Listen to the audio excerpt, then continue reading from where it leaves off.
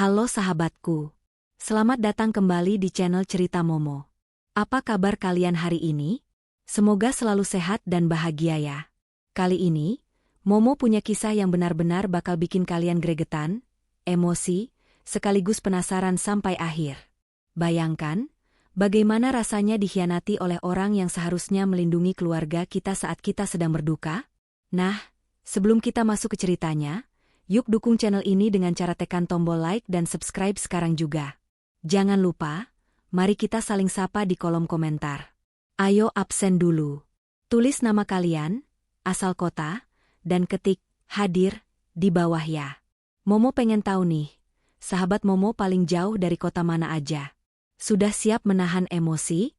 Pasang sabuk pengaman kalian, tarik napas, dan mari kita mulai kisahnya. Tanah merah itu masih basah. Sebasah pipi Latifah yang tak henti dialiri air mata. Rumah yang biasanya ramai dengan tawa Haikal kini sunyi, hanya terdengar isak tangis yang memecah keheningan ruang tengah. Namun, bukan suara Latifah yang paling kencang terdengar, melainkan suara Bu Rara, ibu mertuanya. Wanita parubaya itu duduk terkulai di sofa, dikelilingi tetangga yang berusaha menenangkan. Teddy, suami Latifah, tampak sibuk memijat punggung ibunya sambil membisikkan kata-kata penenang, seolah-olah ibunyalah yang paling menderita di sini. Latifah hanya menatap kosong ke arah foto Haikal yang terpajang di atas meja, dikelilingi bunga melati yang wanginya justru membuat perutnya mual karena duka. Dadanya sesak, seakan ada batu besar yang menghimpit paru-parunya. Rasanya baru tadi pagi ia memakaikan seragam sekolah untuk putra sematawayangnya itu, menyisir rambutnya, dan mencium keningnya. Tapi sore ini, ia harus mengantarnya ke peristirahatan terakhir. Haikal, anak yang ceria itu, pergi begitu cepat karena serangan asma mendadak di jalan pulang sekolah. Yang membuat Latifah hancur adalah kenyataan bahwa inhaler yang selalu ada di tas Haikal ternyata tidak berfungsi saat dibutuhkan. Ponsel di saku gamis hitam Latifah bergetar panjang. Ia mengabaikannya sejenak, tak ingin diganggu siapapun. Kepalanya pening. Namun, getaran itu terus berulang, memaksanya untuk melirik layar dengan mata sembab. Nama, Bu Puri, wali kelas Haikal, tertera di sana. Latifah menghela napas panjang, menghapus sisa air mata dengan ujung kerudungnya yang lembab, lalu beranjak menjauh dari kerumunan pelayat menuju dapur yang sepi. Dengan suara serak dan parau, ia mengangkat telepon itu. "Halo, Bu Puri?" Suara Bu Puri terdengar gemetar dan mendesak di seberang sana. Sangat berbeda dari nada bicaranya yang biasanya lembut. "Bu Latifah, maaf saya mengganggu di saat berduka seperti ini. Tapi, tolong Bu, Ibu harus datang ke sekolah sekarang juga. Saya masih di sini." Latifah mengerutkan kening. "Ke sekolah? Bu, saya baru saja memakamkan Haikal. Saya tahu, Bu.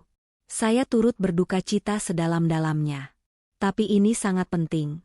Tolong jangan beritahu siapapun dulu, termasuk Pak Teddy. Ibu harus melihat ini sendiri. Ini soal Haikal." Nada bicara Bu Puri terdengar ketakutan, seolah ia sedang diawasi. Jantung Latifah berdegup kencang. Firasatnya tiba-tiba tidak enak. Ada apa? Mengapa gurunya meminta pertemuan rahasia hanya 3 jam setelah pemakaman?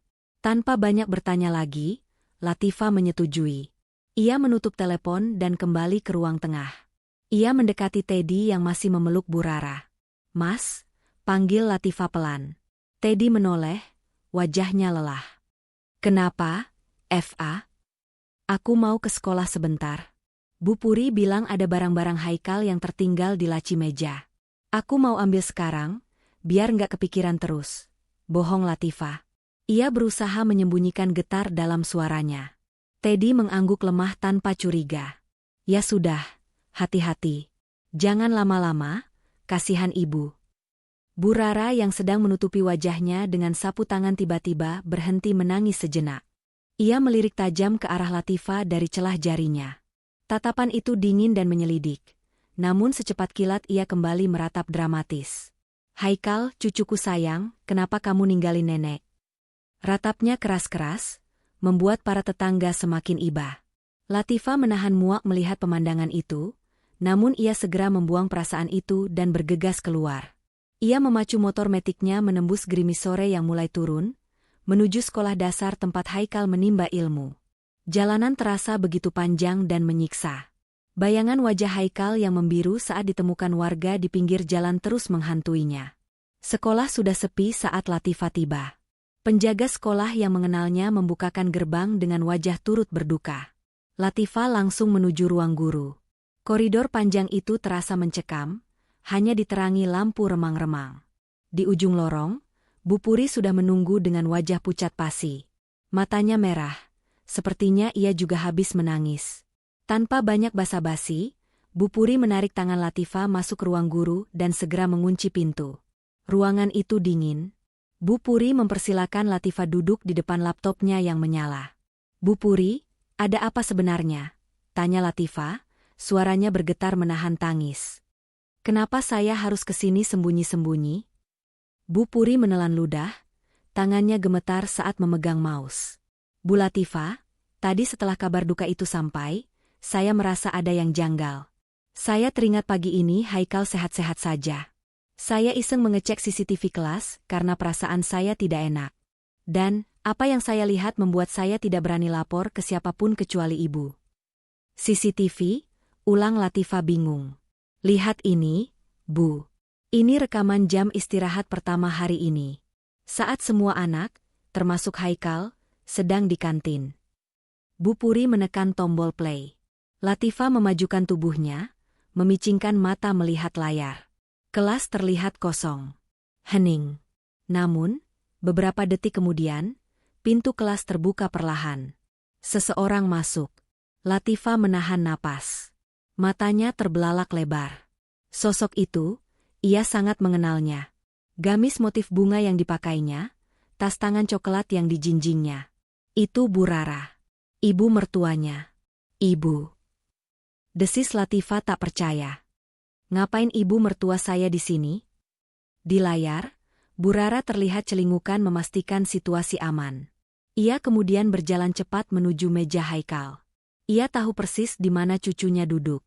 Dengan gerakan cepat, Bu Rara membuka tas sekolah Haikal. Ia merogoh ke dalam dan mengeluarkan benda kecil berwarna biru.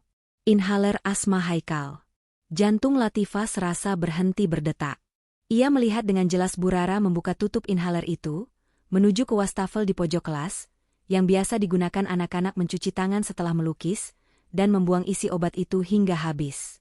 Tidak berhenti di situ, Bu Rara kemudian mengeluarkan botol air mineral dari tasnya, menuangkan sedikit air ke dalam tabung inhaler, lalu mengocoknya pelan.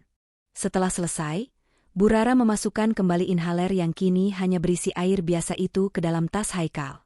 Sebelum keluar kelas, Bu Rara sempat berhenti sejenak menghadap kamera CCTV. Tanpa sadar ia terekam, dan tersenyum. Senyum tipis yang penuh kepuasan. Senyum yang mengerikan. Video berakhir.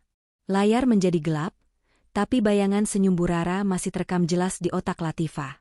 Ruangan itu hening. Hanya terdengar deru napas Latifah yang memburu. Kakinya lemas ketika ia harus mencengkeram tepi meja agar tidak jatuh dari kursi. Air matanya kembali tumpah. Namun kali ini rasanya panas membakar pipi. "Jadi?" Suara Latifah tercekat, tenggorokannya sakit. "Haikal anak saya?" Bu Puri mengangguk sambil terisak pelan. "Haikal meninggal bukan karena obatnya tidak bekerja, Bu. Tapi karena obatnya sudah diganti. Diganti oleh neneknya sendiri." Dunia Latifah runtuh untuk kedua kalinya hari ini. Namun kali ini, reruntuhan itu tidak membuatnya mati rasa. Justru sebaliknya, sebuah api kemarahan mulai menyala di dalam dadanya. Api yang sangat besar. Ia teringat wajah Bu Rara yang tadi menangis histeris di rumah, memeluknya, dan berkata betapa ia kehilangan cucu tercinta. Semua itu palsu. Air mata itu palsu. Pelukan itu palsu. Wanita tua itu adalah iblis berwajah malaikat yang telah membunuh darah dagingnya sendiri. Latifah menghapus air matanya dengan kasar. Tatapannya yang tadi sayu kini berubah nyalang, tajam, dan penuh dendam. Ia menatap layar laptop itu seolah ingin menembusnya. Rasa lemas karena duka perlahan berganti menjadi kekuatan yang mengerikan. Ia tidak akan membiarkan kematian anaknya menjadi sia-sia. Ia tidak akan membiarkan pembunuh itu tidur nyenyak malam ini, meskipun pembunuh itu tidur di kamar sebelah kamarnya. "Terima kasih, Bu Puri," ucap Latifah dingin, nadanya membuat bulu kuduk Bu Puri meremang. "Tolong simpan rekamannya. Saya butuh salinannya." Latifah bangkit berdiri. Tidak ada lagi Latifah yang lemah dan cengeng. Hari ini, seorang ibu yang menuntut keadilan telah lahir dari balik duka kematian putranya. Flashdisk kecil berwarna hitam di genggaman Latifah terasa panas, seolah menyimpan bara api yang siap membakar hangus seluruh kesabaran yang tersisa di dadanya. Ia baru saja melangkah keluar dari gerbang sekolah dengan napas memburu. Bayangan senyum Bu Rara di rekaman CCTV tadi terus berputar di kepalanya seperti kaset rusak yang mengerikan. Rasanya ia ingin berteriak, berlari pulang sekarang juga, mendobrak pintu rumah, dan menyeret wanita tua itu ke kantor polisi. Ia ingin Teddy tahu, ingin seluruh dunia tahu, bahwa nenek yang mereka kasihani itu adalah monster. Namun, tangan dingin Bu Puri yang menahan bahunya di parkiran sekolah tadi kembali terngiang. "Bu Latifah, dengarkan saya," ujar Bu Puri dengan tatapan tajam, mencengkeram lengan Latifah kuat-kuat saat melihat kilat amarah di mata ibu muridnya itu. "Saya tahu ibu marah. Sangat marah. Tapi ibu tidak boleh gegabah. Kalau ibu pulang sekarang dan melabrak Bu Rara hanya dengan rekaman ini, dia pasti akan menyangkal. Dia licik, Bu. Dia bisa saja bilang dia cuma sedang membersihkan inhaler itu karena kotor, atau dia bilang dia tidak tahu kalau itu air biasa. Tanpa bukti fisik inhaler yang isinya sudah diganti itu, hukum bisa berbalik menyerang ibu. Dia bisa menuduh ibu memfitnah." Kata-kata Bu Puri menghantam logika Latifah. Benar. Bu Rara bukan orang bodoh. Mertuanya itu adalah pemain watak terbaik yang pernah ia kenal. Selama 5 tahun pernikahan, Latifah sudah kenyang makan hati melihat bagaimana Bu Rara memutarbalikkan fakta hingga Teddy selalu menyalahkannya. Jika ia menyerang tanpa persiapan matang, ia akan kalah. Dan jika ia kalah, kematian Haikal tidak akan terbayar lunas. Latifah menyeka kasar sisa air matanya. Ia menyalakan mesin motor. Sepanjang perjalanan pulang, di balik helm yang menutupi wajahnya, Latifah menyusun naskah sandiwaranya sendiri. Jika Bu Rara bisa bersandiwara sebagai nenek yang penyayang, maka Latifah akan bersandiwara menjadi menantu yang bodoh. Ia akan menjadi Latifah yang penurut, yang lemah, yang tidak tahu apa-apa, sampai ia menemukan inhaler terkutuk itu. Sesampainya di rumah, suasana duka masih terasa pekat, namun tamu-tamu sudah mulai pulang. Hanya tinggal beberapa kerabat dekat yang sedang membereskan gelas-gelas air mineral. Latifah melangkah masuk dengan kaki gemetar, bukan karena takut, tapi menahan jijik. Pemandangan di ruang tengah membuatnya ingin muntah. Bu Rara sedang bersandar lemah di sofa dengan mata terpejam, sementara Teddy duduk di lantai memijat kaki ibunya dengan telaten. "Sakit sekali rasanya, Ted." Dada ibu sesak kalau ingat Haikal, rintih Bu Rara dengan suara dibuat-buat parau. "Cucu kesayangan ibu, kenapa harus dia yang diambil? Kenapa bukan ibu saja?" Teddy mengusap punggung tangan ibunya lembut. "Ibu jangan ngomong gitu. Ini semua sudah takdir. Ibu harus kuat, kalau ibu sakit," Teddy makin sedih. Latifah berdiri mematung di ambang pintu. Tangannya mengepal di samping tubuh, hingga kukunya menancap ke telapak tangan, menciptakan rasa perih yang menjaganya tetap sadar. Ia menarik napas dalam-dalam, membuang semua ego dan amarahnya ke sudut terdalam hatinya, lalu memasang topeng wajah sedih yang polos. "Assalamualaikum," ucap Latifah pelan. Teddy menoleh, wajahnya masam. "Waalaikumsalam. Kamu dari mana saja sih, Fa?" Katanya cuma sebentar ambil barang Haikal. "Lihat nih ibu, beliau sampai pusing nungguin kamu. Harusnya kamu yang pijitin ibu, bukan malah keluyuran." Latifah menunduk, menatap lantai. "Maaf, Mas. Tadi Bu Puri mengajak ngobrol sebentar soal nilai-nilai Haikal. Aku lupa waktu." Bu Rara membuka matanya perlahan, menatap Latifah dengan sorot mata yang sulit diartikan. Ada kilatan kewaspadaan di sana sejenak, sebelum kembali meredup menjadi tatapan sendu yang manipulatif. "Sudahlah, Ted. Jangan marahi istrimu. Mungkin Latifah butuh waktu sendiri. Dia kan ibunya, pasti dia yang paling terpukul." Bu Rara menegakkan duduknya sedikit, lalu menatap Latifah lekat-lekat. "Sini duduk, Fa." Latifah menurut. Ia duduk di ujung sofa, menjaga jarak. Ia tidak sudi bersentuhan kulit dengan wanita itu. Ibu sudah ikhlas. Fa, ucap Bu Rara sambil memegang dada. Mungkin ini memang teguran dari yang di atas. Teguran buat kamu. Mungkin selama ini kamu kurang becus jaga Haikal. Kamu terlalu sibuk sama urusan dapur, sampai lupa perhatikan obat anak. Coba kalau kamu lebih teliti, mungkin inhaler itu nggak akan macet. Tapi ya sudah, nasi sudah jadi bubur. Darah Latifah mendidih mendengar kalimat itu. Teguran? Kurang becus? Wanita tua ini yang menukar obat anaknya dengan air, lalu sekarang menyalahkannya di depan suaminya sendiri? Latifah merasakan sudut matanya berkedut menahan emosi yang nyaris meledak. Ia ingin sekali berteriak, "Kamu pembunuhnya?" tepat di wajah keriput itu. Tapi tidak. Belum saatnya. Latifah memaksakan diri untuk terisak pelan. "Iya, Bu. Maafkan Latifah. Ini salah Latifah. Latifah memang ibu yang bodoh." Mendengar pengakuan, bersalah, dari Latifah, senyum tipis terbit di sudut bibir Bu Rara. Sangat tipis hingga Teddy tidak akan menyadarinya. Bu Rara merasa menang. Ia merasa posisinya aman. Menantunya ini masih sebodoh biasanya, mudah disetir dengan rasa bersalah.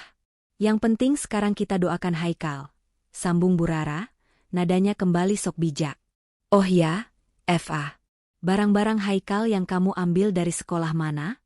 Sini biar Ibu lihat. Ibu mau simpan buku-bukunya buat kenang-kenangan." Jantung Latifah berdegup kencang. Ia tidak membawa apa-apa karena memang tidak ada barang yang diambil. Ia hanya membawa salinan CCTV di saku gamisnya. Itu Bu." Latifah tergagap, otaknya berputar cepat mencari alasan. Tadi, ternyata kelas dikunci sama penjaga sekolah. Kuncinya dibawa pulang. Jadi besok pagi baru bisa diambil. Bu Rara menatapnya tajam, menyelidik. Detik-detik itu terasa seperti selamanya bagi Latifah. Apakah ia ketahuan berbohong? Ya sudah, Bu Rara akhirnya mendesah kecewa. "Besok pagi-pagi kamu ambil ya. Sekalian tas sekolah Haikal yang dipakai tadi siang mana? Ibu mau bersin. Jangan sampai ada barang kotor yang disimpan, pamali." Kata, "tas sekolah," membuat alarm di kepala Latifah berbunyi nyaring. Tas itu. Tas yang dipakai Haikal saat kejadian. Inhaler palsu itu pasti masih ada di sana jika belum dibuang. "Tasnya ada di kamar Haikal, Bu. Biar Latifah saja yang bereskan nanti," jawab Latifah cepat. "Nggak usah," potong Bu Rara, suaranya sedikit meninggi, membuat Teddy kaget. Menyadari nadanya terlalu keras, Bu Rara buru-buru memegang kepalanya, berakting pusing lagi. "Aduh maksud Ibu, kamu istirahat saja. Kamu pasti capek. Biar Ibu saja yang urus barang-barang cucu Ibu. Itu cara Ibu mengobati rindu." "Tapi Bu, Ibu kan lagi sakit." "Latifah," bentak Teddy. "Ibu cuma mau bantu. Kamu jangan ngeyel kenapa sih? Udah sana kamu buatkan teh hangat buat Ibu. Biar Ibu tenang."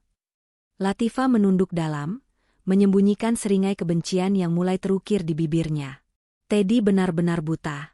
Tapi baiklah, jika Bu Rara begitu ingin menguasai tas itu, berarti dugaan Bu Puri benar.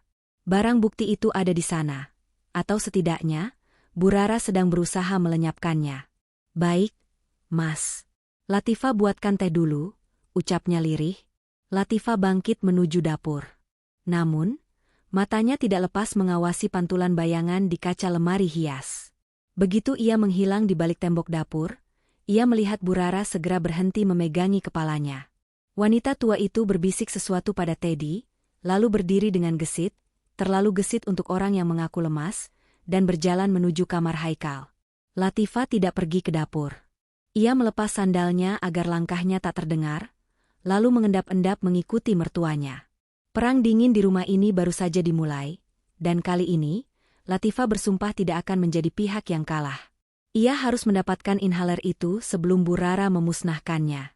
Latifah menahan napas di balik dinding penyekat ruang tengah. Matanya nanar mengawasi pergerakan Bu Rara yang keluar dari kamar Haikal dengan langkah cepat, sama sekali tidak terlihat seperti orang yang sedang sakit atau berduka. Di tangan kanannya, Tas ransel biru bermotif robot milik Haikal dicengkeram erat, seolah benda itu adalah bom waktu yang harus segera disingkirkan. Bu Rara tidak membawa tas itu ke kamarnya sendiri, melainkan berbelok menuju pintu dapur yang terhubung langsung dengan halaman belakang. Firasat Latifah semakin buruk. Ia melepas langkah 1000, berjingkat secepat mungkin mengikuti mertuanya tanpa menimbulkan suara. Udara malam di halaman belakang terasa menusuk, bercampur dengan bau minyak tanah yang menyengat. Di sudut halaman, dekat gundukan tempat pembakaran sampah, api sudah mulai berkobar kecil memakan tumpukan daun kering. Cahaya api itu memantulkan bayangan wajah Bu Rara yang terlihat bengis. "Barang sialan," gerutu Bu Rara pelan, namun cukup jelas terdengar oleh Latifah yang bersembunyi di balik jemuran. "Gara-gara kamu, rencanaku hampir berantakan. Musnah kamu sekarang." Tangan Bu Rara terayun, bersiap melemparkan tas sekolah Haikal ke dalam lidah api yang mulai membesar. "Jangan, Bu!" teriakan Latifah memecah keheningan malam. Tanpa pikir panjang, Latifah menyambar ember berisi air sisa cucian yang tergeletak di dekat keran dan berlari menerjang ke depan. Piur. Air keruh itu mengguyur api hingga padam seketika, menyisakan asap putih yang mengepul pekat dan bau hangus. Cipratan airnya juga membasahi sebagian gamis mahal Bu Rara. Wanita tua itu menjerit kaget, melompat mundur sambil memeluk tas Haikal yang gagal ia bakar. "Astaga! Kamu gila ya, Fa?" pekik Bu Rara, matanya melotot nyaris keluar. Wajah yang tadi bengis seketika berubah menjadi topeng keterkejutan yang dilebih-lebihkan. Latifah tidak peduli. Ia maju dan menyentak tas Haikal dari pelukan mertuanya dengan kasar. "Ibu yang gila. Ini tas Haikal, Bu. Kenapa mau dibakar? Anakku baru saja dikubur, tanahnya masih basah, dan ibu mau membakar kenang-kenangannya." Suara keributan itu memancing Teddy keluar. Pintu dapur terbuka kasar. "Ada apa ini? Ya Allah, ribut-ribut malam-malam begini, tetangga bisa dengar." Melihat kedatangan Teddy, Bu Rara langsung mengubah postur tubuhnya. Bahunya merosot, wajahnya ditekuk menjadi ekspresi paling menderita sedunia. Ia mulai terisak, tubuhnya gemetar dibuat-buat. "Lihat istrimu itu, Ted," rintih Bu Rara sambil menunjuk Latifah dengan tangan gemetar. "Ibu Hicks, ibu cuma mau membuang sial. Orang pintar bilang, barang-barang yang dipakai saat orang meninggal mendadak itu menyimpan energi buruk. Ibu nggak mau kamu atau Latifah celaka atau dihantui bayang-bayang Haikal terus. Niat ibu baik, mau membersihkan rumah ini dari aura kematian, tapi ibu malah disiram air comberan begini." Teddy menatap ibunya yang basah kuyup, lalu beralih menatap Latifah dengan nyalang. Wajah lelahnya berubah merah pada menahan amarah. "Latifah, kamu keterlaluan," bentak Teddy. Ia melangkah maju dan mendorong bahu Latifah, hingga istrinya itu terhuyung ke belakang. "Ibu itu orang tua. Beliau cuma mau melindungi kita dengan caranya sendiri. Kamu nggak punya otak ya?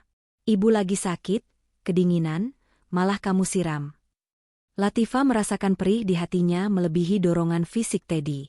Ia mendekap tas Haikal erat-erat di dada, air matanya menetes bukan karena sedih, tapi karena rasa frustrasi yang memuncak. Ingin sekali ia memutar rekaman CCTV itu sekarang juga di depan wajah Teddy, tapi ia tahu itu percuma. Teddy pasti akan mencari pembenaran lain, atau malah Bu Rara akan menuduh video itu editan. Ia butuh bukti fisik. "Mas, ini tas anakku."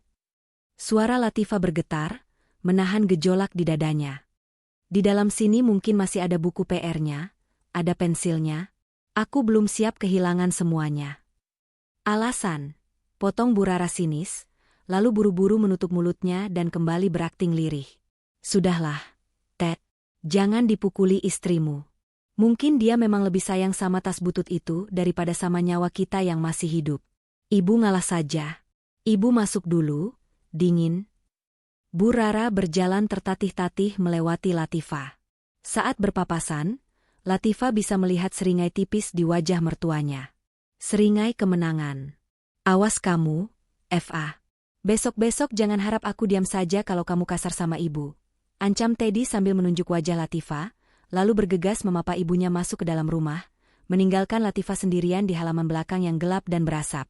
Setelah pintu tertutup, Latifah jatuh terduduk di atas tanah yang lembab. Tangisnya pecah tanpa suara. Ia memeluk tas biru itu, mencium aroma keringat anaknya yang masih tertinggal di sana. Maafin ibu, nak. Maafin ibu yang gak bisa lindungin kamu, bisiknya Pilu. Namun, duka itu tidak berlangsung lama. Latifah teringat tujuannya. Dengan tangan gemetar, ia membuka resleting tas itu di bawah remang cahaya bulan. Jantungnya berpacu cepat. Ia mengeluarkan satu persatu isinya. Buku tulis, kotak pensil, botol minum kosong, baju olahraga kotor. Tangannya meraba ke saku jaring di samping tas. Kosong. Ia meraba saku depan. Kosong. Ia membalik tas itu, mengocoknya, berharap benda kecil berwarna biru itu jatuh. Nihil. Inhaler itu tidak ada. Latifah terduduk lemas. Pantas saja Bu Rara tadi sempat terlihat panik, tapi kemudian merelakan tas itu diambil Latifah. Ternyata benda utamanya sudah diambil. Bu Rara tidak sebodoh itu membakar barang bukti utama bersama tas yang besar. Wanita licik itu pasti sudah memisahkan inhaler tersebut. Latifah menyeka air matanya kasar. Giginya bergemerutuk. Ibu boleh ambil langkah pertama, tapi aku nggak akan berhenti, desisnya pada kegelapan malam. Malam itu, Latifah tidak tidur. Ia mendekap tas kosong itu sambil menatap langit-langit kamar. Di kamar sebelah, terdengar dengkuran halus Teddy, sementara di kamar tamu tempat Bu Rara menginap, hening. Latifah tahu, inhaler itu pasti masih ada di rumah ini. Bu Rara tipe orang yang pelit. Dia tidak akan membuang wadah inhaler yang harganya mahal itu begitu saja. Dia pasti menyimpannya untuk dijual atau dipakai lagi nanti. Pencarian Latifah belum berakhir. Justru, permainan kucing-kucingan ini baru saja dimulai. Dan Latifah bersumpah, ia akan menjadi pemburu yang sabar. Pagi itu, suasana di rumah masih terasa kelabu, namun Latifah sudah bangun lebih awal dari biasanya.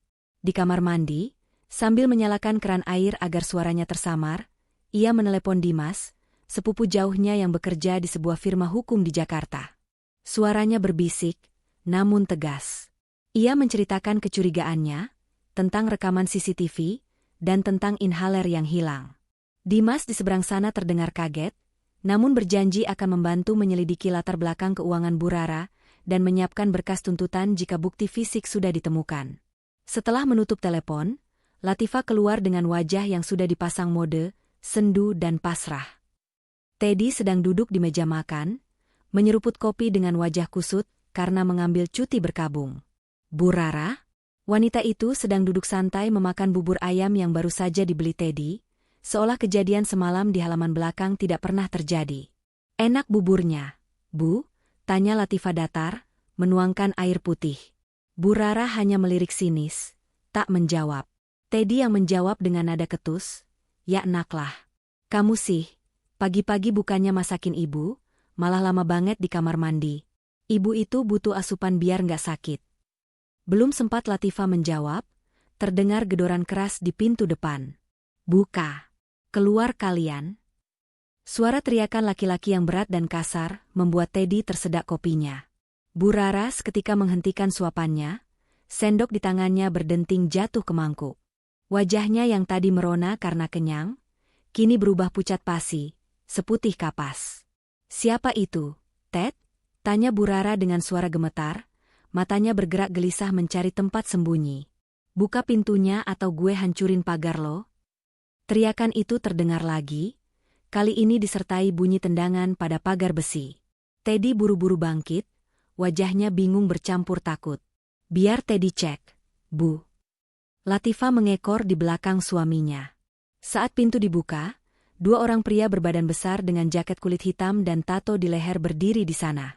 Salah satunya, yang paling seram dengan bekas luka di pipi, Bang Jarot, menatap tajam ke arah Teddy. Mana Rara? Bentak Bang Jarot tanpa basa-basi. Teddy mengerutkan kening, nyalinya menciut tapi berusaha membela ibunya. Maaf, Bang cari ibu saya? Ada urusan apa ya marah-marah begini? Kita lagi berduka, anak saya baru meninggal kemarin. Gue nggak peduli siapa yang mati. Gue mau duit gue balik. Bang Jarot mendorong dada Teddy, hingga suaminya itu mundur beberapa langkah. Bilang sama emak lo, Rara, utang dia di slot judi online sama arisan bodong itu udah jatuh tempo 2 bulan. Totalnya 200 juta sama bunga. Kalau hari ini nggak bayar, gue sita rumah ini. Jantung Latifah berdesir hebat. Judi online? Arisan bodong? Jadi selama ini gaya hidup mewah Bu Rara, gamis-gamis mahalnya, perhiasannya, semua dibiayai dari hutang? Latifah menatap mertuanya yang kini mengintip dari balik tirai jendela dengan tubuh gemetar hebat. Teddy ternganga, matanya membelalak tak percaya. Apa? Judi? Nggak mungkin. Ibu saya itu rajin pengajian, nggak mungkin main judi. Halah, banyak bacot lo. Rara, keluar lo. Bang Jarot hendak merangsek masuk. Tiba-tiba Bu Rara keluar dari persembunyiannya. Bukan untuk mengaku, tapi ia langsung menjatuhkan diri ke lantai, bersujud di kaki Teddy sambil menangis meraung-raung. Akting kelas Piala Citra dimulai lagi.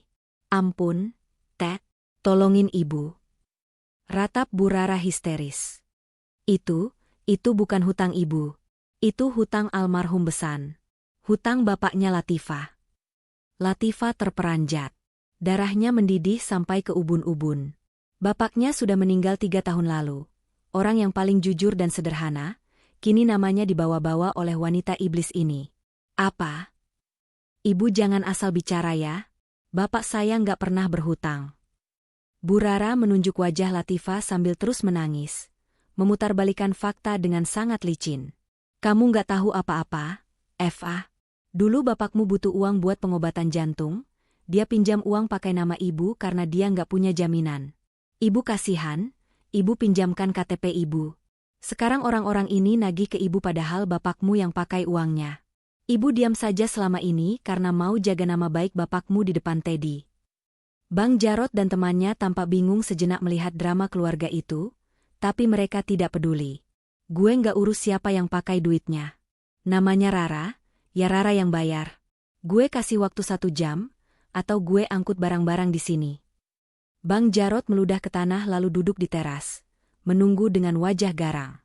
Teddy menatap Latifah dengan tatapan yang nyalang, penuh kebencian.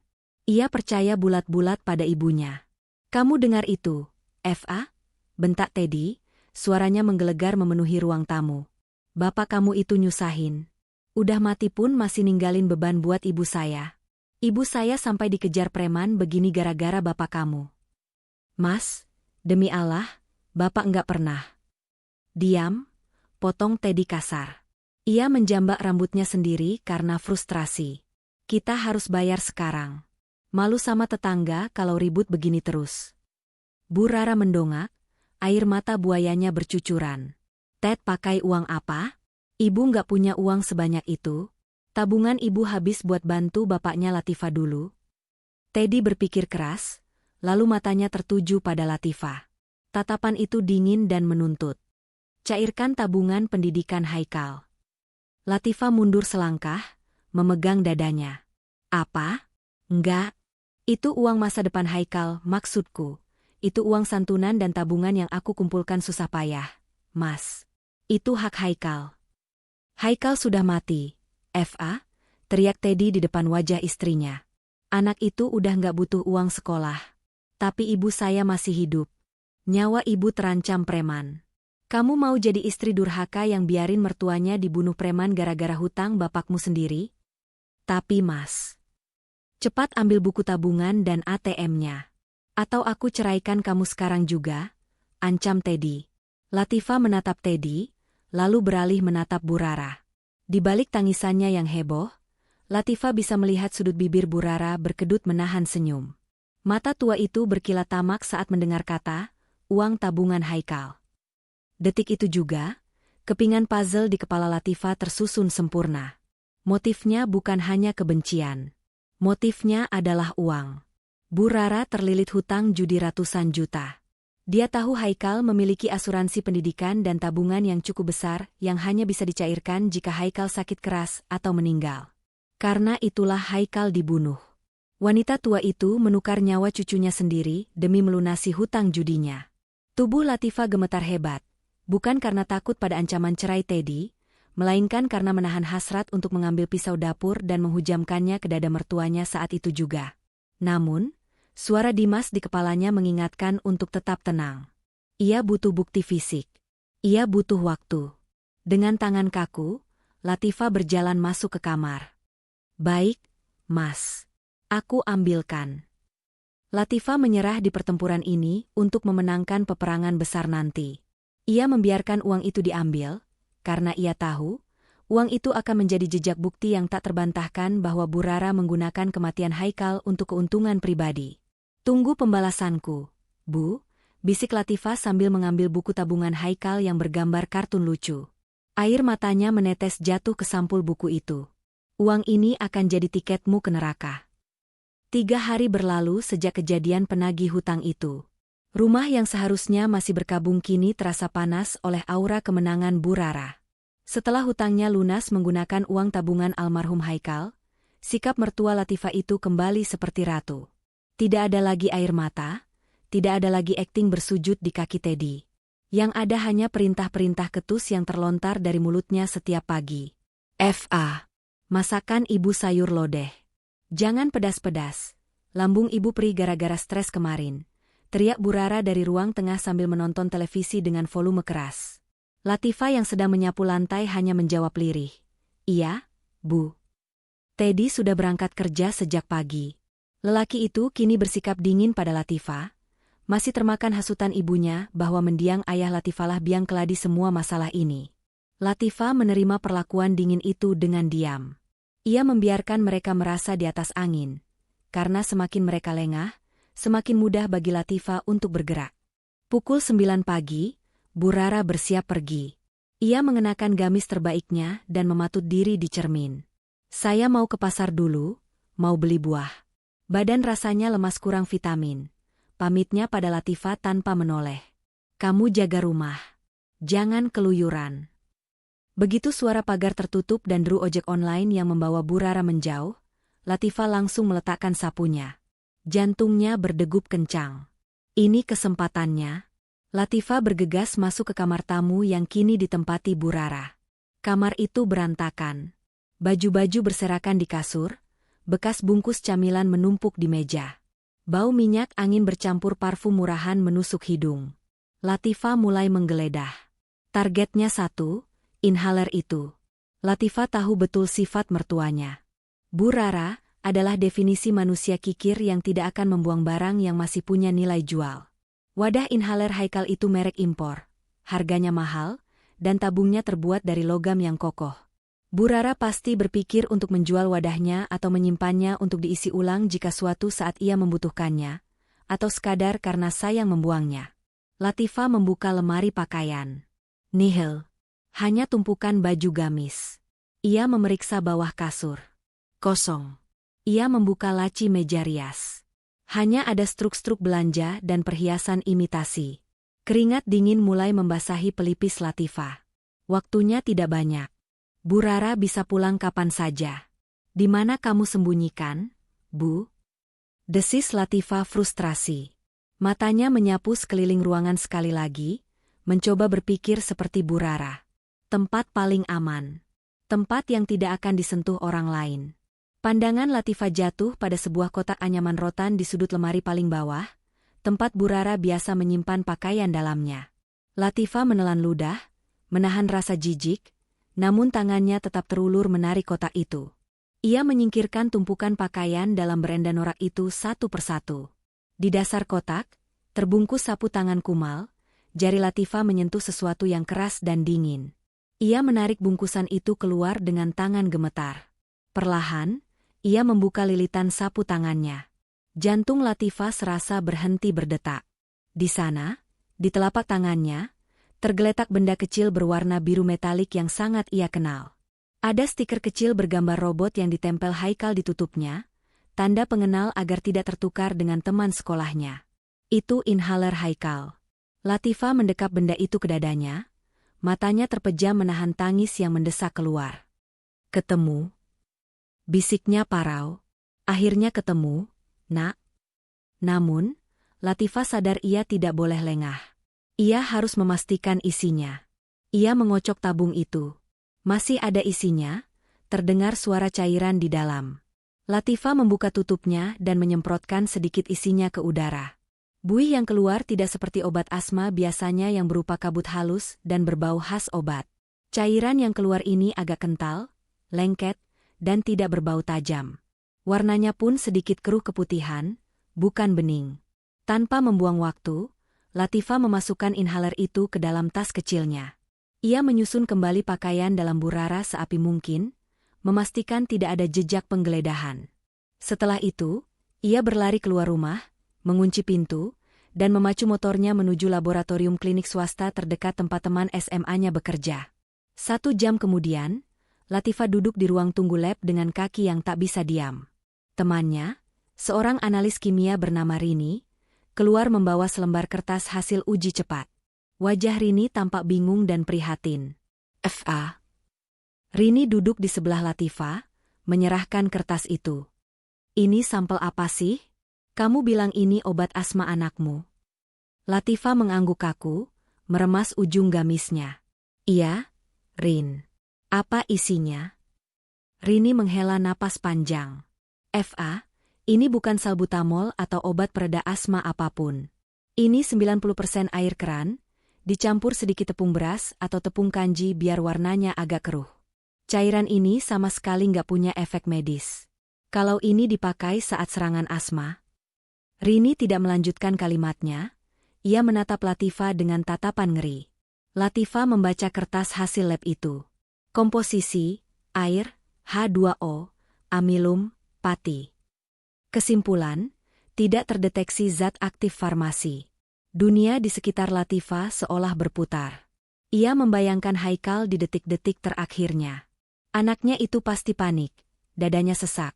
Ia meraih satu-satunya harapan hidupnya, inhaler itu, dan menyemprotkannya berkali-kali ke mulutnya. Tapi yang masuk ke paru-parunya bukan oksigen atau obat pelega, melainkan air tepung.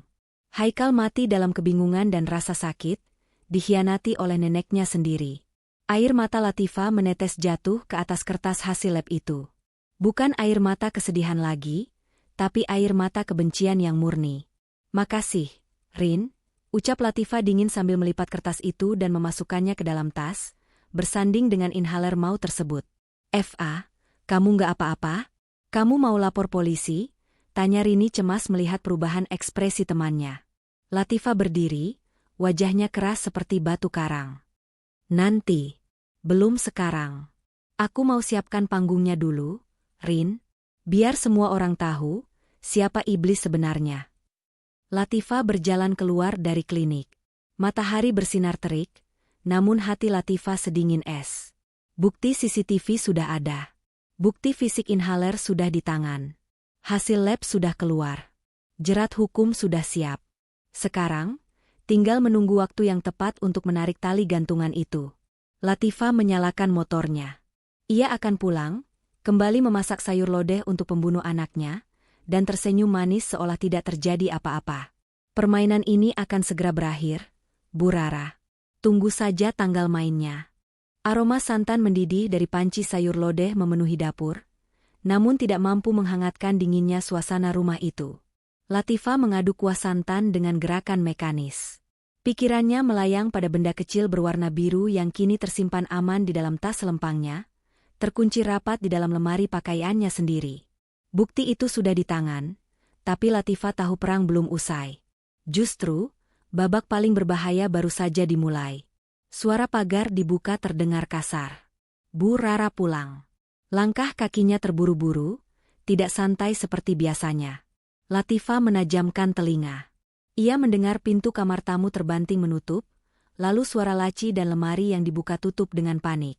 Bunyi gerasak-gerusuk itu berlangsung selama 10 menit. Latifah tersenyum tipis sambil mencicipi kuah lodeh. "Bingung kan, Bu? Cari barang bukti kejahatanmu yang hilang?" batinnya. Tak lama kemudian, Bu Rara muncul di ambang pintu dapur. Wajahnya pucat, keringat dingin membasahi dahi yang tertutup ciput. Napasnya memburu. Matanya menatap Latifah dengan sorot menyelidik yang tajam, seolah ingin menguliti menantunya itu hidup-hidup. "FA," panggil Bu Rara, suaranya terdengar tercekat. "Tadi, ada orang masuk ke kamar ibu nggak waktu ibu ke pasar?" Latifah mematikan kompor, lalu berbalik dengan wajah tenang yang dibuat-buat. Nggak ada, Bu. Latifah dari tadi di dapur masak lodeh pesanan ibu. Pintu depan juga dikunci. Kenapa, Bu? Ada barang berharga yang hilang? Uang ibu hilang? Pertanyaan jebakan. Jika Bu Rara mengaku ada barang hilang, ia harus menjelaskan barang apa itu. Bu Rara terdiam, rahangnya mengeras. Ia sadar ia tidak bisa bilang, botol bekas obat cucuku yang kuisi air hilang. Itu sama saja bunuh diri. Wanita tua itu menelan ludah, otaknya yang licik berputar cepat mencari cara membalikkan keadaan. Ia tahu Latifah pasti mengambilnya. Tidak ada orang lain. Dan jika Latifah mengambilnya, berarti Latifah tahu rahasianya. Bu Rara tiba-tiba mengubah ekspresinya. Dari panik menjadi tatapan prihatin yang mengerikan. Ia melangkah maju, mendekati Latifah, lalu memegang bahu menantunya itu. "Fa, kamu yakin gak masuk kamar ibu?" Tanyanya lembut, tapi nadanya menusuk. "Soalnya tadi sebelum pergi, ibu lihat kamu senyum-senyum sendiri di depan pintu kamar ibu. Kamu gak lagi kumat, kan?" Latifah mengerutkan kening. "Kumat? Maksud ibu apa?" Bu Rara menggeleng-gelengkan kepala sambil mendecakkan lidah. "Ibu perhatikan sejak Haikal meninggal, kamu jadi aneh. Sering melamun, sering ngomong sendiri. Tadi pagi ibu dengar kamu bisik-bisik di kamar mandi, padahal nggak ada siapa-siapa. Kamu yakin kamu sehat, Fa?" Latifah menepis tangan mertuanya. "Saya sehat, Bu. Jangan ngarang cerita. Saya cuma sedih kehilangan anak." "Tuh kan, emosian." Bu Rara mundur selangkah seolah ketakutan. "Ibu cuma tanya baik-baik, kamu malah bentak-bentak. Ya Allah, kasihan Teddy punya istri yang jiwanya terguncang begini." Bu Rara berbalik dan pergi ke teras depan. Latifah mengira mertuanya sudah selesai, tapi ternyata itu baru permulaan. Dari jendela ruang tamu, Latifah melihat Bu Rara memanggil Bu Tejo dan Bu RT yang kebetulan lewat. Mereka berbincang serius. Bu Rara terlihat menangis sambil menunjuk-nunjuk ke arah rumah. Sesekali memegang kepalanya seolah pusing menghadapi kelakuan menantu. Sore harinya, saat Teddy pulang kerja, bom waktu itu meledak. Begitu Teddy melangkah masuk, Bu Rara langsung menyambutnya dengan isak tangis yang jauh lebih dramatis dari sebelumnya. Ia menarik Teddy duduk di sofa. "Teh, ibu takut." Rintih Bu Rara, tubuhnya gemetar. "Ibu takut tinggal di sini sama istrimu. Dia sudah nggak waras, Ted." Teddy yang lelah pulang kerja kaget setengah mati. "Maksud ibu apa? Latifah kenapa lagi?" "Tadi siang." Bu Rara mengarang cerita dengan lancar. "Tadi siang ibu lihat dia masuk kamar ibu, mengacak-acak lemari ibu sambil teriak-teriak manggil nama Haikal. Dia nuduh ibu menyembunyikan Haikal di lemari pakaian dalam. Terus dia ketawa-ketawa sendiri di dapur sambil pegang pisau. Ibu takut, Ted. Dia halusinasi. Dia pikir Haikal masih hidup dan disembunyikan ibu." Latifah yang baru keluar dari kamar membawa nampan teh untuk suaminya ternganga mendengar fitnah keji itu. "Astagfirullah. Itu bohong, Mas. Demi Allah aku nggak pernah melakukan itu." "Diam kamu," bentak Teddy. Ia berdiri dan menatap Latifah dengan tatapan ngeri bercampur marah. "Pantas saja tadi di jalan Bu RT negur aku. Katanya kamu teriak-teriak di halaman belakang kemarin malam, terus hari ini tetangga dengar kamu banting-banting barang. Kamu kenapa sih, Fa?" "Mas, dengar dulu. Itu akal-akalan ibu.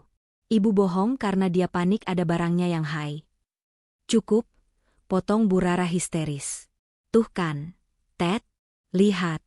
Sekarang dia nuduh ibu bohong. Tadi dia nuduh ibu nyuri, sekarang nuduh ibu pembohong. Besok apa? Dia bakal bunuh ibu karena dia pikir ibu yang bikin Haikal mati." Teddy memijat pelipisnya yang berdenyut. Ia menatap Latifah bukan sebagai istri, tapi sebagai pasien rumah sakit jiwa. Tatapan itu menyakitkan Latifah lebih dari apapun. Suaminya sendiri, orang yang tidur di sebelahnya selama bertahun-tahun, lebih percaya pada ibunya yang baru tinggal seminggu di sini daripada istrinya sendiri. "Fa," suara Teddy merendah, tapi dingin. "Aku tahu kamu terpukul. Aku juga sedih Haikal meninggal. Tapi kalau kamu sampai begini, ini sudah bahaya. Kamu menuduh ibu macam-macam, kamu mengganggu tetangga. Mungkin benar kata ibu, kamu butuh bantuan profesional. Maksud Mas? Tanya Latifah lirih. Besok aku izin kerja setengah hari. Kita ke psikiater, putus Teddy tegas. Kamu harus diperiksa. Aku nggak mau punya istri gila yang membahayakan ibu saya di rumah ini. Latifah menatap Teddy, lalu beralih ke Bu Rara yang sedang menyeringai tipis di balik punggung Teddy.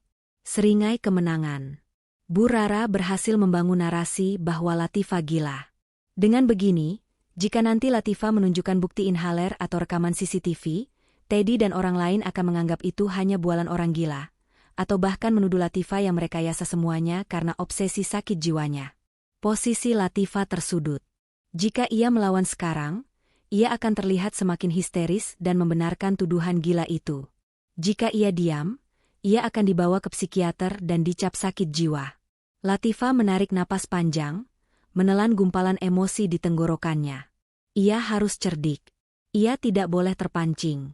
Baik, Mas, ucap Latifah pelan, kepalanya menunduk patuh. Kalau Mas maunya begitu, aku nurut. Mungkin aku memang lelah. Jawaban itu membuat Teddy sedikit lega, tapi membuat Bu Rara curiga. Namun, Bu Rara tidak bisa berbuat apa-apa selain terus berakting sedih. Nah, gitu dong, kata Teddy. Sekarang kamu masuk kamar, istirahat. Jangan dekati ibu dulu, biar ibu tenang. Latifah berjalan masuk ke kamarnya. Ia menutup pintu dan menguncinya. Di dalam kamar yang gelap, ia meraba lemari tempat inhaler itu disembunyikan. Kalian pikir bisa membungkamku dengan cap orang gila? Bisik Latifah pada kegelapan. Matanya berkilat tajam. Justru permainan ini makin seru. Bu, ibu mau main drama? Oke, saya layani. Tapi ingat, di akhir cerita, penjahatnya selalu kalah. Latifah tidak akan membiarkan mereka membawanya ke psikiater besok tanpa perlawanan. Ia punya rencana lain. Rencana yang jauh lebih menyakitkan daripada sekadar tuduhan gila. Ia akan berpura-pura sembuh, berpura-pura kalah, untuk kemudian memberikan serangan mematikan tepat di jantung pertahanan mereka. Sinar matahari pagi menerobos celah ventilasi, namun Teddy masih memasang wajah tegang di meja makan. Ia sudah mengenakan kemeja kerjanya, tapi hari ini ia berniat mengambil cuti setengah hari untuk menyeret Latifah ke psikiater. Di benaknya, istrinya sudah gila dan membahayakan ibunya. Bu Rara duduk di seberangnya, sesekali melirik pintu kamar Latifah dengan waspada, seolah-olah monster akan keluar dari sana. Pintu kamar terbuka. Teddy dan Bu Rara serentak menoleh, tubuh mereka menegang. Namun, yang keluar bukanlah wanita histeris dengan rambut acak-acakan seperti yang Bu Rara gambarkan semalam. Latifah keluar dengan wajah segar, gamis rapi berwarna pastel yang lembut, dan senyum manis menghiasi bibirnya. Di tangannya, ia membawa nampan berisi teh hangat dan pisang goreng yang aromanya menggugah selera. Pagi, Mas. Pagi, Bu, sapa Latifah lembut, seolah kejadian gedor pintu dan tuduhan gila semalam tidak pernah terjadi. Ia meletakkan nampan itu di meja dengan gerakan anggun. Teddy mengerutkan kening, bingung. "Fa, kamu sehat?" Latifah duduk di samping Teddy, lalu meraih tangan suaminya dan menciumnya takzim. "Aku sehat, Mas. Maafin aku ya soal kemarin. Semalam aku merenung panjang. Mas benar, mungkin aku terlalu stres mikirin Haikal sampai jadi sensitif dan suzon sama ibu. Aku minta maaf ya, Mas. Aku nggak mau rumah tangga kita rusak cuma karena aku nggak bisa kontrol emosi." Teddy ternganga. Perubahan sikap ini terlalu drastis, tapi juga sangat melegakan. Ia menghela napas panjang, beban di pundaknya seakan terangkat. "Alhamdulillah kalau kamu sadar, Fa. Aku juga nggak mau bawa kamu ke dokter kalau kamu bisa tenang begini." Latifah beralih menatap Bu Rara. Ia menatap mata wanita tua itu lekat-lekat, lalu tersenyum, senyum yang di mata Teddy terlihat tulus, tapi di mata Bu Rara terlihat mencurigakan. "Bu," ucap Latifah pelan. "Latifah minta maaf ya kalau kemarin sempat nuduh ibu macam-macam." Latifah hilaf. Latifah janji bakal jadi menantu yang lebih baik lagi. Bu Rara mendengus pelan, masih skeptis. "Gampang banget minta maaf. Kemarin kamu kayak orang kesurupan nuduh ibu maling." Latifah tidak terpancing. Ia justru memajukan tubuhnya sedikit, merendahkan suaranya seolah hendak membagi rahasia penting. Iya, Bu. Latifah sadar Latifah salah. Apalagi tadi pagi Latifah baru dapat kabar gembira dari pihak asuransi. Katanya berkas klaim asuransi jiwa Haikal sudah disetujui pusat. Lusa uangnya cair, Bu. Totalnya 500 juta rupiah, belum termasuk santunan kematian. Kalimat 500 juta bekerja seperti mantra sihir. Mata Bu Rara yang tadi sipit karena curiga, seketika membelalak lebar. Postur tubuhnya yang defensif langsung rileks. Wajah judesnya berubah cerah dalam hitungan detik. 500 juta. Jumlah itu terbayang menari-nari di pelupuk matanya. Itu bisa membeli banyak perhiasan emas, gamis baru, bahkan mungkin renovasi rumah di kampung. Oh, ya ampun, Eva, nada bicara Bu Rara berubah 180 derajat menjadi manis dan keibuan. Ia langsung memegang tangan Latifah. Alhamdulillah. Itu rezeki anak soleh. Ya sudah, Ibu maafkan. Namanya juga orang lagi berduka, emosi pasti nggak stabil. Ibu ngerti kok, Ibu nggak simpan dendam. Latifah tersenyum dalam hati. Kena kau, Bu, batinnya. Umpan uang selalu berhasil menjinakkan mertuanya yang mata duitan ini. Makasih ya, Bu, jawab Latifah. Mas Teddy jadi kerja hari ini? Teddy mengangguk semangat sambil menyambar pisang goreng. Jadi dong. Kalau kamu sudah baikan sama ibu begini, Mas tenang ninggalin rumah. Mas berangkat dulu ya. Ada meeting pagi. Sepeninggal Teddy, suasana rumah menjadi sedikit canggung namun terkendali. Bu Rara menjadi sangat ramah pada Latifah, meski keramahan itu terasa plastik. Ia sesekali memancing pembicaraan tentang rencana penggunaan uang asuransi itu, yang ditanggapi Latifah dengan jawaban diplomatis, nanti kita atur bareng-bareng ya, Bu. Siang harinya, ponsel Latifah berbunyi. Pesan singkat dari Teddy, FA, Mas lembur malam ini. Ada audit mendadak. Mungkin pulang jam 11 malam. Kamu makan duluan aja sama ibu. Latifah membaca pesan itu dengan jantung berdebar kencang. Ini bukan kebetulan, ini adalah jalan yang dibukakan Tuhan. Teddy tidak ada di rumah. Hanya ada dia dan Bu Rara. Panggung sandiwara babak terakhir sudah siap digelar. Bu, panggil Latifah dari dapur. Mas Teddy lembur. Nanti malam kita makan berdua aja ya. Latifah mau masak spesial buat merayakan perdamaian kita. Latifah mau masak rendang kesukaan ibu. Wah, boleh itu. Sahut Bu Rara dari depan TV dengan antusias. Masak yang banyak ya. Sore itu, Latifah sibuk di dapur. Namun, bukan hanya bumbu rendang yang ia racik. Di sela-sela memasak, ia menyelinap ke ruang makan. Ia mengeluarkan sebuah pulpen kecil dari saku gamisnya. Bukan pulpen biasa, melainkan spy pen perekam suara yang ia pinjam dari Dimas kemarin sore lewat kurir ojek online. Ia meletakkan pulpen itu di dalam wadah tisu di tengah meja makan, menyelipkannya sedemikian rupa sehingga tidak terlihat namun tombol perekamnya sudah aktif. Tidak cukup satu, Latifah juga mengaktifkan kamera ponsel lamanya. Ia menyembunyikan ponsel itu di balik tumpukan majalah di rak bufet, yang menghadap langsung ke kursi makan tempat Bu Rara biasa duduk. Lensa kameranya mengintip kecil dari celah majalah, siap merekam setiap gerak-gerik dan ekspresi wajah. Jebakan sudah terpasang. Pukul 7 malam, hidangan sudah tersaji. Aroma rendang yang pekat dan menggoda memenuhi ruangan. Latifah berdandan rapi, memakai gamis terbaiknya, memberikan kesan bahwa makan malam ini memang perayaan istimewa. Ayo makan, Bu. Ajak Latifah sambil menuangkan air ke gelas Bu Rara. Bu Rara duduk dengan mata berbinar menatap daging rendang yang empuk. Ia sama sekali tidak curiga. Di kepalanya hanya ada bayangan uang 500 juta yang akan cair lusa. Ia merasa sudah memenangkan hati Latifah kembali, dan sebentar lagi ia akan memegang kendali atas uang itu. Kamu memang mantu pintar masak, FA, puji Bu Rara sambil menyendok nasi. Sayang Teddy nggak bisa ikut makan enak begini. Latifah duduk di hadapannya, tersenyum misterius. Nggak apa-apa, Bu. Justru lebih enak begini, kita bisa ngobrol dari hati ke hati sesama perempuan. Tanpa ada Mas Teddy. Latifah menuangkan es sirup ke gelas mertuanya. Silakan, Bu. Makan yang banyak. Ini mungkin makan malam paling berkesan buat kita. Bu Rara tertawa renyah, tidak menangkap nada ganda dalam ucapan menantunya. Iya dong. Habis ini kita belanja ya kalau uangnya cair. Latifah mengangguk pelan. Di bawah meja, tangannya mengepal dingin. Mata kameranya sudah merekam. Alat penyadap sudah menyala. Tentu, Bu, bisik Latifah dalam hati. Tapi belanjaan ibu nanti bukan baju baru, melainkan baju tahanan. Makan malam dimulai.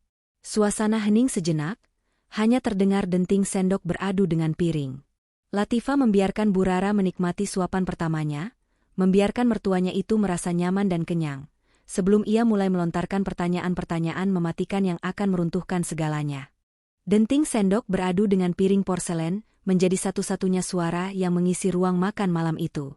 Bu Rara makan dengan lahap, sesekali menyeka sudut bibirnya yang berminyak dengan tisu. Rendang buatan Latifah memang tiada duanya. Bumbunya meresap sempurna, membuat wanita tua itu lupa diri sejenak. Di hadapannya, Latifah makan dengan pelan, matanya tak lepas mengamati setiap gestur mertuanya. Tambah lagi, Bu, tawar Latifah ramah sambil mengangkat piring lauk. Boleh, boleh. Potongan dagingnya yang empuk ya, Fa. Gigi ibu sudah nggak kuat kalau yang keras, sahut Bu Rara tanpa malu-malu. Latifah menyendokkan sepotong daging besar ke piring Bu Rara. Ia tersenyum tipis. Makan yang banyak, Bu. Biar ibu sehat terus. Nanti kalau uang asuransi cair, kita kan butuh tenaga buat jalan-jalan. Bu Rara tertawa renyah mendengar kata, uang. Kamu benar, Fa. Ibu sudah catat list belanjaan ibu. Mau beli gelang keroncong yang model baru itu, terus mau lunasin sisa arisan di kampung biar nggak diomongin tetangga. Latifah meletakkan sendoknya, lalu menatap gelas air di tangannya dengan tatapan sendu yang dibuat-buat. Iya sih, Bu. Uangnya banyak banget. Tapi, kadang Latifah sedih kalau ingat uang itu ada gara-gara Haikal meninggal. Rasanya, kayak kita nukar nyawa Haikal sama uang ini. Bu Rara berhenti mengunyah. Ia menelan makanannya cepat-cepat, lalu menatap Latifah dengan pandangan meremehkan. Ceka, kamu ini ya, Fa. Kebiasaan melankolis. Jangan mikir gitu Pamali, rezeki kok ditolak.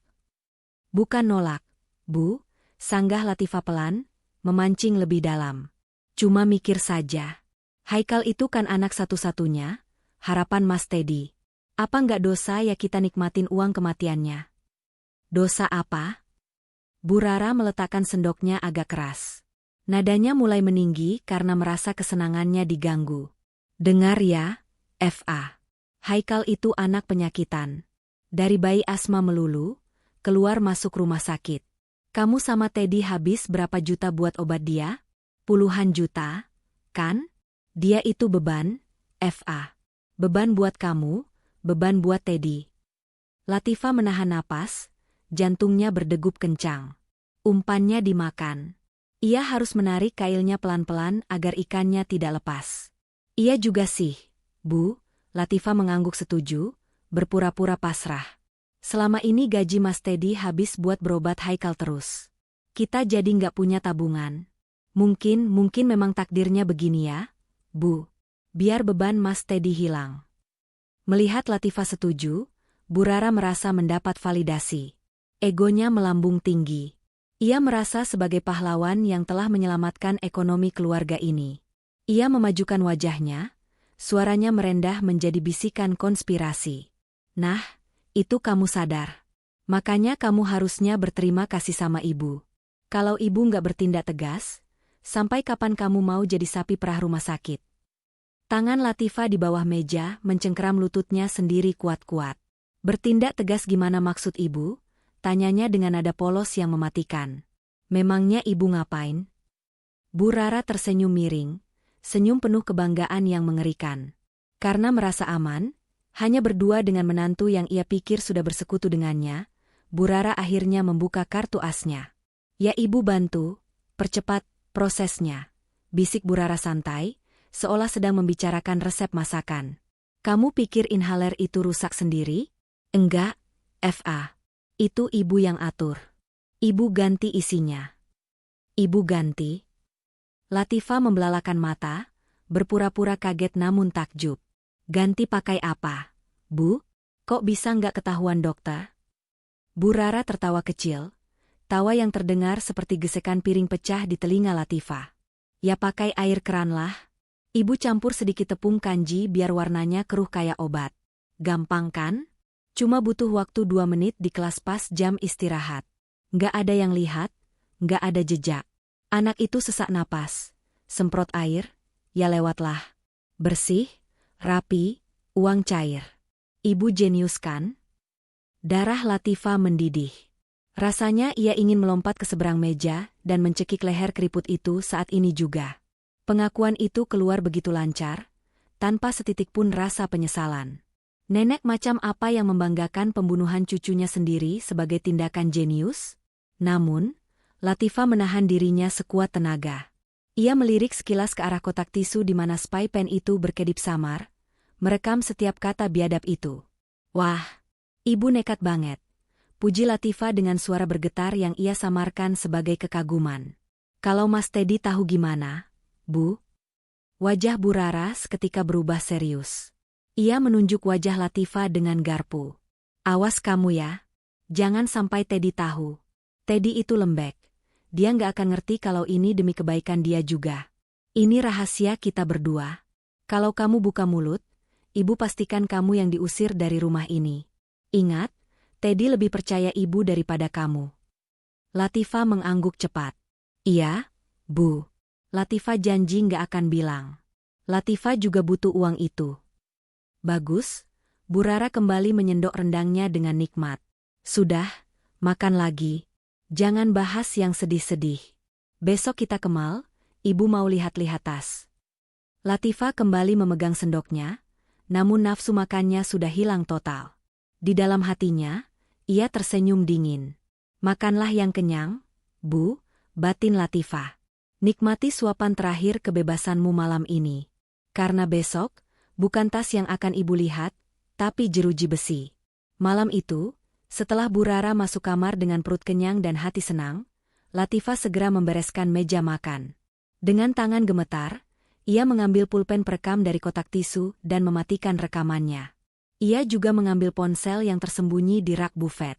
Ia masuk ke kamarnya, memasang earphone, dan memutar ulang rekaman itu. Suara Bu Rara terdengar jernih dan jelas, ya pakai air keran lah. Anak itu sesak napas, semprot air, ya lewatlah. Air mata Latifah menetes lagi, tapi kali ini disertai senyum kepuasan yang getir. Bukti pamungkas sudah di tangan. Pengakuan langsung dari mulut pelaku. Tidak ada lagi celah untuk mengelak. Tidak ada lagi tuduhan gila yang bisa mematahkan ini. Latifah mengirimkan file rekaman suara dan video itu ke email Dimas sebagai cadangan, lalu menyalinnya ke flash disk yang juga berisi rekaman CCTV. Selamat tidur, Bu Rara, bisik Latifah sambil menatap pintu kamar mertuanya yang tertutup rapat. Mimpilah yang indah, karena besok neraka dunia akan menjemputmu. Malam ke-7 sejak kepergian Haikal. Rumah Latifah dipenuhi para tetangga dan kerabat yang datang untuk acara tahlilan. Lantunan ayat suci Yasin menggema syahdu, menciptakan suasana khusyuk yang menyentuh hati. Di ruang tamu paling depan, duduk Teddy dan Bu Rara menghadap para tamu. Teddy mengenakan baju koko putih dan peci hitam, wajahnya tertunduk lesu. Di sebelahnya, Bu Rara tampil dengan gamis hitam berbahan sutra, yang baru dibelinya kemarin dengan cara berhutang lagi di butik langganan, yakin uang asuransi akan segera cair. Ia memegang tasbih, bibirnya komat kamit, sesekali menyeka air mata buayanya saat ada tetangga yang menyalaminya. Yang sabar ya, Bu. Haikal anak surga, hibur Bu RT sambil menepuk pundak Bu Rara. Iya, Bu RT. Hati saya hancur banget. Rasanya separuh nyawa saya ikut pergi. Isak Bu Rara dramatis. Latifah mengamati pemandangan munafik itu dari sudut ruangan dekat meja prasmanan. Ia berdiri tegak, wajahnya tenang, tanpa air mata. Di sampingnya berdiri Dimas, sepupunya yang pengacara, yang memberinya anggukan pelan sebagai isyarat. Semua sudah siap. Setelah doa penutup dipanjatkan oleh ustaz, Latifah melangkah maju mengambil mikrofon. Teddy menoleh, sedikit bingung karena biasanya Latifah tidak suka berbicara di depan umum. Assalamualaikum warahmatullahi wabarakatuh, suara Latifah terdengar jernih dan tegas, membelah kebisingan tamu yang mulai bersiap menyantap hidangan. Ruangan seketika hening. "Bapak, Ibu, terima kasih sudah hadir mendoakan anak saya, Haikal. Sebelum kita menikmati hidangan, saya mohon waktunya sebentar. Saya ingin memutarkan sebuah video kenangan. Video ini merangkum perjalanan hidup Haikal dan kebenaran tentang hari terakhirnya." Teddy berbisik, "FA, video apa? Kok enggak bilang Mas dulu?" Latifah hanya menoleh sekilas pada suaminya dan tersenyum tipis. Senyum yang membuat Teddy merinding tanpa alasan. "Lihat saja, Mas. Ini penting buat Ibu juga." Latifah memberi kode pada Dimas yang duduk di dekat laptop operator. Lampu ruang tengah diredupkan. Cahaya proyektor menembak ke dinding putih yang lebar. Awalnya, layar menampilkan foto-foto masa kecil Haikal. Haikal saat belajar jalan, Haikal saat meniup lilin ulang tahun ke-5, Haikal saat juara lomba menggambar. Suasana haru menyelimuti ruangan. Terdengar isak tangis dari beberapa ibu-ibu tetangga. Bu Rara pun ikut berpura-pura terharu, menyandarkan kepalanya di bahu Teddy. "Lihat cucu Ibu, Ted manis sekali dia," bisik Bu Rara. Namun, tiba-tiba musik latar video yang sendu itu berhenti mendadak. Layar berkedip hitam sejenak, membuat para tamu saling pandang bingung. Detik berikutnya, tampilan di layar berubah total. Bukan lagi foto Haikal yang lucu, melainkan rekaman CCTV hitam putih dengan tanggal dan waktu yang jelas tertera di pojok kanan atas. Lokasi, ruang kelas 4B. Waktu, pukul 9.30 waktu Indonesia Barat. Di layar yang besar itu, terlihat jelas sosok Bu Rara masuk ke kelas yang kosong. Semua mata di ruangan itu menyipit, mengenali gamis motif bunga yang sangat khas milik Bu Rara. "Loh, itu kan Bu Rara?" celetuk salah satu tetangga. Bu Rara yang sedang minum air mineral tersedak. Matanya melotot menatap layar. Wajahnya seketika pucat pasi. Itu apa? Matikan." "FA, matikan," teriaknya panik. Tapi video terus berputar. Adegan Bu Rara mengambil inhaler dari tas Haikal, membuang isinya di wastafel, dan mengisinya dengan air mineral terpampang nyata, diperbesar oleh Latifah saat proses editing agar terlihat sangat jelas. Gumam kaget mulai terdengar riuh dari para tamu. "Astagfirullah, itu obatnya dibuang. Itu diganti air." Teddy ternganga, tubuhnya kaku seperti patung. Ia menatap layar, lalu menatap ibunya, lalu kembali ke layar dengan tatapan tak percaya. Belum sempat keterkejutan itu reda, video berganti lagi. Layar menjadi hitam, hanya ada gelombang suara audio yang bergerak naik turun. Suara percakapan terdengar, jernih dan keras, memenuhi setiap sudut ruangan melalui speaker aktif yang besar. "Ya pakai air keran lah. Ibu campur sedikit tepung kanji biar warnanya keruh kayak obat." Anak itu sesak napas. "Semprot air, ya lewatlah. Bersih, rapi, uang cair. Ibu jenius kan?" Suara tawa Bu Rara yang mengerikan di akhir rekaman itu menggema, memantul di dinding-dinding rumah, menusuk telinga siapapun yang mendengarnya. Keheningan yang mencekam melanda ruangan itu selama 3 detik. Lalu, meledaklah kekacauan. "Pembunuh!" teriak Bu Tejo histeris. "Itu nenek gila. Dia bunuh cucunya sendiri." "Biadab!" seru Pak RT, berdiri dengan wajah merah padam. Bu Rara gemetar hebat di kursinya. Keringat dingin mengucur deras membasahi gamis mahalnya. Ia mencoba berdiri untuk lari, tapi kakinya lemas. Ia menoleh ke arah Teddy, memohon perlindungan. "Ted, itu bohong. Itu editan. Latifah fitnah Ibu. Jangan percaya." Teddy perlahan bangkit berdiri. Wajahnya yang tadi lesu kini berubah menjadi topeng kemarahan dan kesakitan yang luar biasa. Air mata mengalir di pipinya, tapi bukan air mata sedih, melainkan air mata kehancuran. Ia menatap ibunya seolah melihat monster asing yang menjijikkan. "Ibu." Suara Teddy parau, bergetar hebat. "Jadi benar? Haikal mati karena Ibu? Demi uang?" "Enggak, Ted. Sumpah demi Allah."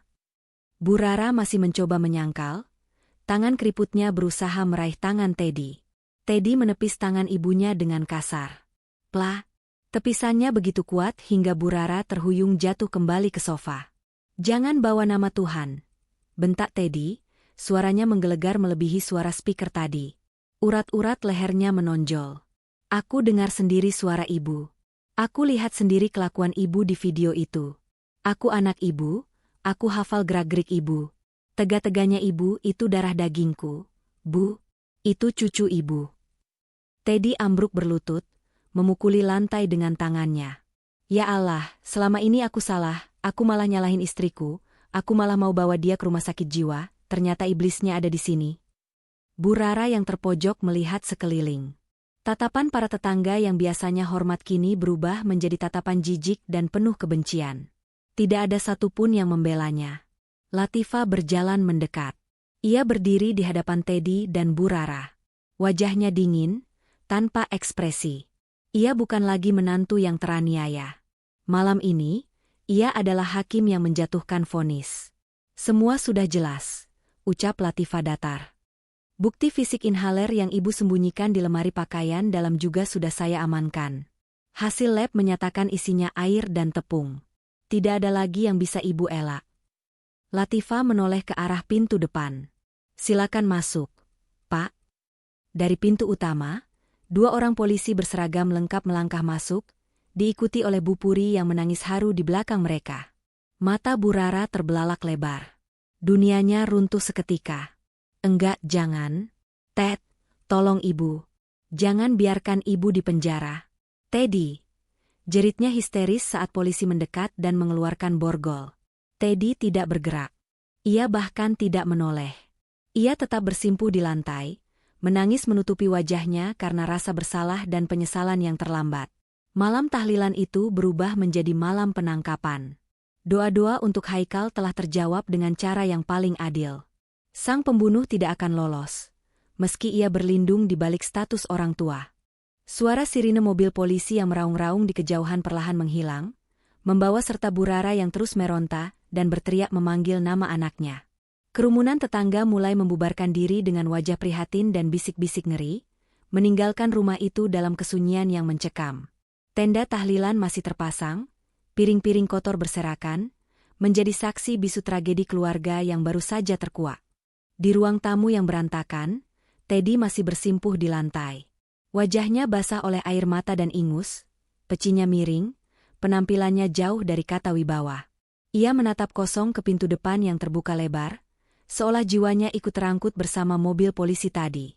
Latifah berdiri tak jauh darinya, memegang sebuah amplop coklat tebal di tangan kanannya. Dimas berdiri di teras, memberikan privasi bagi sepupunya untuk menyelesaikan urusan terakhir, namun tetap siaga jika Teddy bertindak agresif. F.A. Suara Teddy terdengar serak, memecah keheningan. Ia menoleh perlahan ke arah Latifah, matanya merah bengkak penuh penyesalan. F.A. Maafin Mas. Mas benar-benar bodoh. Mas buta. Teddy menyeret lututnya di lantai, mendekati Latifah, dan mencoba memeluk kaki istrinya. Mas nggak tahu kalau ibu sejahat itu? Mas pikir ibu sayang sama Haikal? Mas salah, F.A.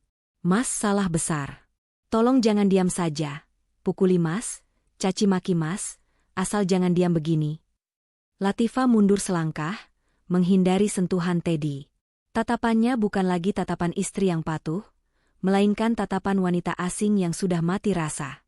Sudah selesai nangisnya, Mas? Tanya Latifah datar, nadanya sedingin es. Teddy mendongak, terisak. F.A., kita mulai lagi ya?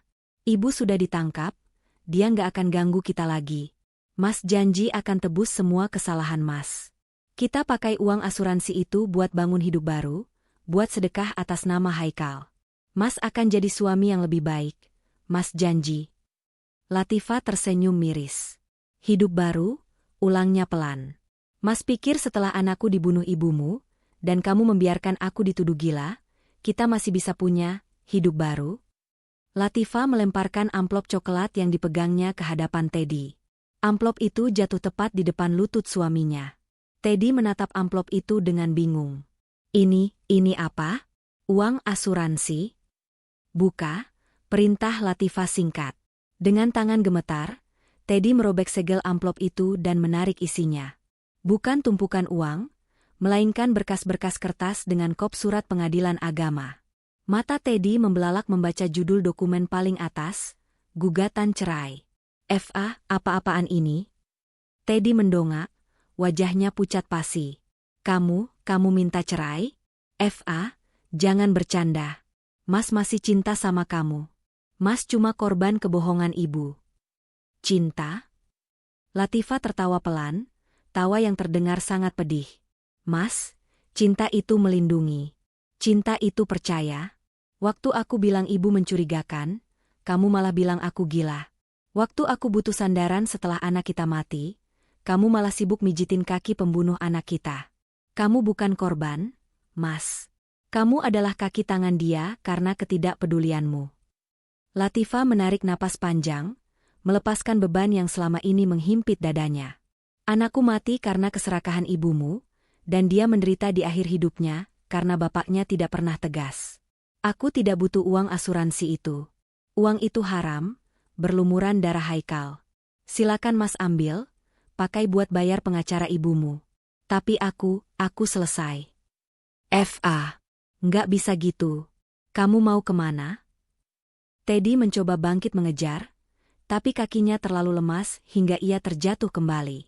Latifah berbalik badan, melangkah pasti menuju pintu keluar. Ia tidak menoleh lagi. Ia tidak membawa tas pakaian, tidak membawa harta benda. Ia hanya membawa harga dirinya yang sempat terinjak-injak.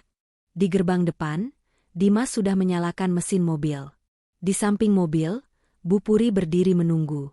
Guru Haikal itu tersenyum lembut sambil merentangkan tangan. Latifah menghambur ke pelukan Bu Puri, menumpahkan tangis terakhirnya, tangis kelegaan. Kamu hebat, Bu Latifah. Kamu ibu yang hebat. Haikal pasti bangga di sana, bisik Bu Puri sambil mengusap punggung Latifah. Latifah menghapus air matanya dan menatap langit malam yang bersih tanpa awan. Bintang-bintang berkelap-kelip, seolah Haikal sedang mengedipkan mata padanya. Selamat tinggal, Mas Teddy. Selamat tinggal, neraka, batin Latifah. Ia masuk ke dalam mobil Dimas. Mobil itu melaju perlahan meninggalkan rumah yang kini hanya berisi seorang suami yang meraung-raung dalam penyesalan yang tak berujung. Keadilan telah ditegakkan, dan Latifah akhirnya bebas. Pesan moral.